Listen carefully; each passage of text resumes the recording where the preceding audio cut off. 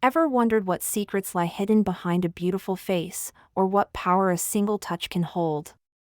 Prepare to be drawn into a world where ancient mysteries intertwine with deadly skills, and every encounter is a step deeper into the unknown. The grand doors of the pharmacy creaked open, revealing a figure that commanded attention. A woman, clad in striking crimson, emerged with an air of effortless grace.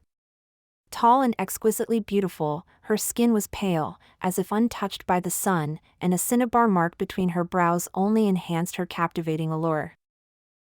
She paused at the entrance, her brows furrowed slightly, eyes wide with a playful indignation. "Oh dear, why such a loud knock?" she chided, her voice a melodic whisper that carried a hint of mischief. To Suong Ha, ever the diplomat, smiled warmly. "Young lady, may we inquire if the esteemed elder of this household is within?" The woman blinked, then a charming smile bloomed on her face. "Ah, you seek old Master Bach? He's out on a house call. Perhaps you'd care to step inside for some tea while you wait?" Ta Truong Trake, his gaze sharp and unwavering, cut in. "No need. We shall wait here." The woman nodded, turning to leave, a medicine box slung over her shoulder. She seemed to be on her way out already. As she passed Ta Truong Trake and Ta Kim Kok, the latter instinctively reached for his blade, only to be subtly restrained by Ta Truong Trake. To Suong Ha exchanged a quick glance with Detriot, whose fingers twitched, a small knife appearing in his palm. "Then we shall trouble you, young lady," Detriot said, his right hand lightly shaking his Buddhist staff. A golden ring flew out, grazing the woman's face before returning to his hand. Detriot glanced at the ring, a tiny speck of blood stained its surface. The woman touched her cheek, her eyes flashing with anger. "What was that for?" she demanded, her voice rising. Detriot, ever nonchalant, retrieved the golden ring and tossed a small bottle to her. "My apologies, a momentary slip. This is fragrant dew cream. Apply it, and your skin will be as good as new in less than an hour." "You lunatic," she cursed, glaring at the bottle before storming off. Once she was out of earshot, To Suong Ha turned to Detriot. "Uncle Triot, are you certain she isn't Tan Bok Tao's junior martial uncle?" Ta Kim Kok scoffed, a cold laugh escaping him. "Tan Bok Tao is half a century old. How could his junior martial uncle be such a young girl?" Ta Truong Trake, ever cautious, voiced his suspicion. "Could it be a human skin mask?" Detriot shook his head, lightly rattling his golden rings. "No. No human skin mask in this world can deceive my eyes, not even the thousand-faced ghost of the Mo family." To Suong Ha chuckled, a knowing glint in his eye. "I've noticed, Uncle Triot, your Mandarin becomes remarkably fluent whenever a beautiful woman is around." Detriot pouted playfully. "Don't talk nonsense."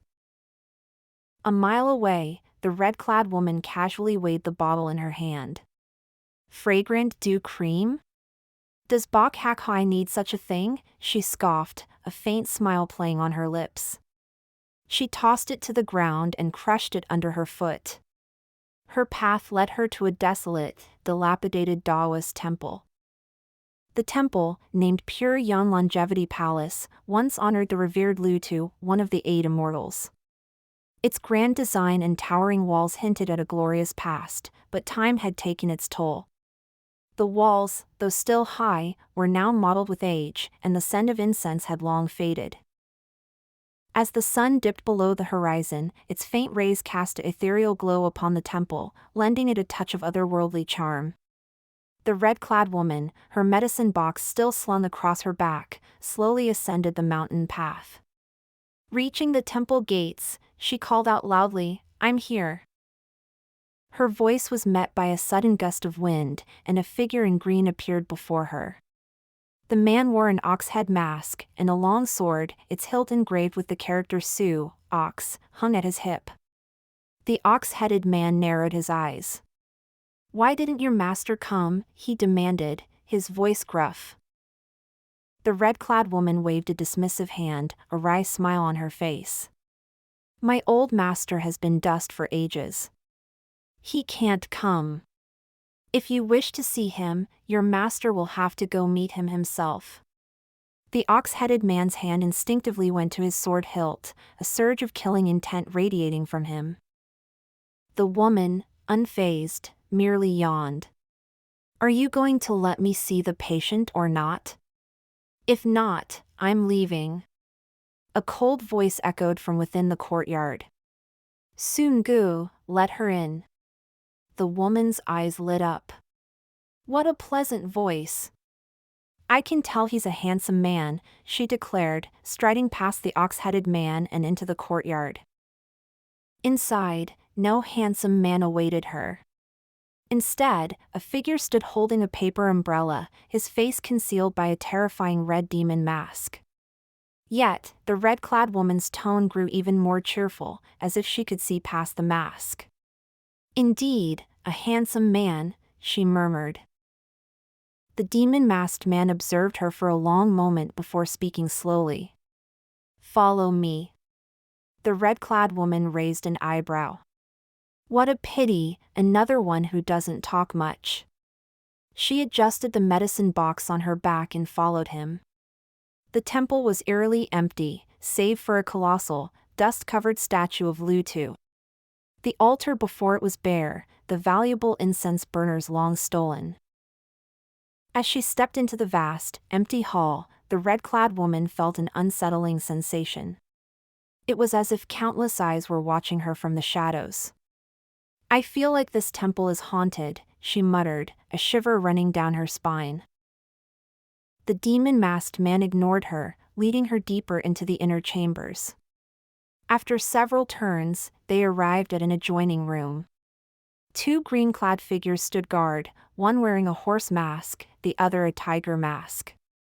Their sword hilts bore the characters No, horse, and Dan, tiger. They bowed respectfully to the demon-masked man, stepping aside to let them pass. The red-clad woman followed him inside. The room was dimly lit by only 3 candles, casting long, dancing shadows. A silver-haired old man lay on a bamboo couch. He appeared frail, yet his eyes held the sharp, piercing gaze of an eagle. His eyes scrutinized the red-clad woman for a moment, then a sudden smile softened his features. In that instant, his gaze became incredibly gentle, like a doting elder meeting his granddaughter, and the deep lines on his face seemed to smooth out. He's more formidable than you, the red-clad woman remarked to the demon-masked man. He doesn't need a mask, he can change his expression at will. The demon-masked man looked surprised, then shook his head slightly, standing respectfully beside the elder. The old man sat up, his gentle smile unwavering, seemingly unbothered by her words. Long time no see. The last time I saw you, you were still a snot-nosed child. The red-clad woman pouted. The last time I saw the Grand Elder, he was still a killer, always ready to draw his blade. I'm still ready to draw my blade, the old man replied, his voice suddenly gaining a hint of menace. It's just that my hair has turned white, but my hands are still stained red. Then let's not waste words, the red-clad woman declared. Let me take your pulse first, and see if the Grand Elder can still draw his blade. She set down her medicine box and flicked a red thread from her sleeve, wrapping it around the old man's wrist. Then, she placed her hand on the thread, closing her eyes in concentration. A moment later, she opened her eyes, retrieved the red thread, and kicked open her medicine box. With a flick of her wrist, a dozen silver needles flew out. Another flick of her sleeve, and the needles embedded themselves into the Grand Elder's chest. The sequence of movements was fluid and precise, like flowing water. The demon-masked man watched silently. As the needles flew, a surge of killing intent emanated from him, but since the old man said nothing, he remained still. Withdraw your killing intent, the red-clad woman warned, her voice carrying a subtle threat. If my hand trembles even slightly, your Grand Elder might just die. My apologies, the demon-masked man bowed slightly. You're quite polite, the red-clad woman scoffed, then approached the old man. With a sweep of her sleeve, the silver needles returned to her hand. She examined them, a slight frown on her face, then sniffed them. Casually, she tossed a few needles aside. The old man smiled. Does my blood have a faint scent of plum blossoms? Snowfall Plum Blossom, Grand Elder, why are you not dead yet? The red-clad woman asked, a hint of genuine surprise in her voice. The old man didn't take offense, treating her blunt question as a serious inquiry. I still have decades of cultivation within me, I've managed to resist it for now. Snowfall Plum Blossom, the unique and deadly poison of Tang's second elder of the Tang clan, revered as the Tang clan's finest, second only to the mirror flower moon of the Wen family had. It's said that no one but Tang's second elder can cure this poison. Where is he? The red-clad woman pressed. I killed him, the old man replied nonchalantly. My last mission was to kill him, but before I did, he poisoned me. Oh, the red-clad woman raised an eyebrow. The Grand Elder of Dark River takes assassination missions? The demon-masked man suddenly interjected, cutting off her question. Young lady, can it be cured? The motto of our Medicine King Valley is, as long as you're not dead, anything can be cured, the red-clad woman declared, stroking her chin, mimicking a male physician. But this is Snowfall Plum Blossom, a true challenge. Yet, it's not impossible, as long as... As long as what? The demon-masked man asked. The red-clad woman stomped her foot on her medicine box, stating boldly, as long as the silver is sufficient. The demon-masked man looked surprised, then finally replied, it will certainly be sufficient. Then it can be cured, the red-clad woman said with a triumphant smile. The demon-masked man looked at the old man, then at the red-clad woman, and finally asked hesitantly, should we ask your master to come? The red-clad woman stopped smiling, scratching her head. My master has been peacefully buried for a long time. Why do you keep asking him to crawl out of the ground? The demon-masked man was startled. Tan Bok Tao's junior martial uncle is dead? Ha ha ha, Mo Vu, you are mistaken, the old man chuckled. This is Tan Bok Tao's junior martial uncle, the junior sister of the previous Medicine King, and the closed-door disciple of the first Valley Master of Medicine King Valley, Lai Vu Tran. Physician Bok Hak Hai, greetings to the Grand Elder, greetings to. The red-clad woman bowed respectfully, then looked up at the demon-masked man, her voice full of hidden meaning. Greetings to Dark River's Lord Koi? What deadly secrets does Bok Hak Hai hold? What is the true nature of the Dark River, and what role will Lord Koi play in this intricate dance of power and poison? Don't miss a single twist.